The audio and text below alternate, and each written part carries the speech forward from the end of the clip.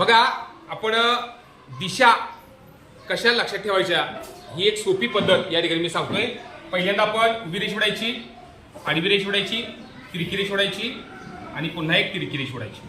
Okay, दिशा लक्षात ठेवण्यासाठी एक सोपं वाक्य आहे। ते वाक्य बघा, उद्या ईश्वराला पुन्हा आणूया, दत्ताचा नैवेद्य परत वाटूया। उ म्हणजे पहिला वर्ण सुरुवात करूया। उद्या ईश्वराला पहिलं अक्षर लिहायचं, पुन्हा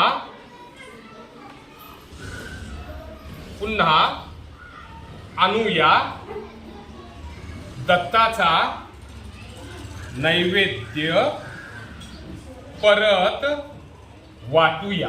बघा दिशा पूर्ण झाली आहे। उ म्हणजे उत्तर, ई म्हणजे ईशान्य, पू म्हणजे पूर्व, आ म्हणजे आग्नेय, द म्हणजे दक्षिण, नै म्हणजे नैऋत्य, प म्हणजे पश्चिम, वा म्हणजे वायव्य आणि पुन्हा उ म्हणजे दिशा लक्षात ठेवण्यासाठी ही एक सोपी पद्धत आहे। एक वाक्य आपण पाठ केलं, उद्या ईश्वराला पुन्हा आणूया, दत्ताचा नैवेद्य परत वाटूया। या वाक्यावरून आपण दिशांची नावं सहजरित्या लक्षात ठेवू शकतो।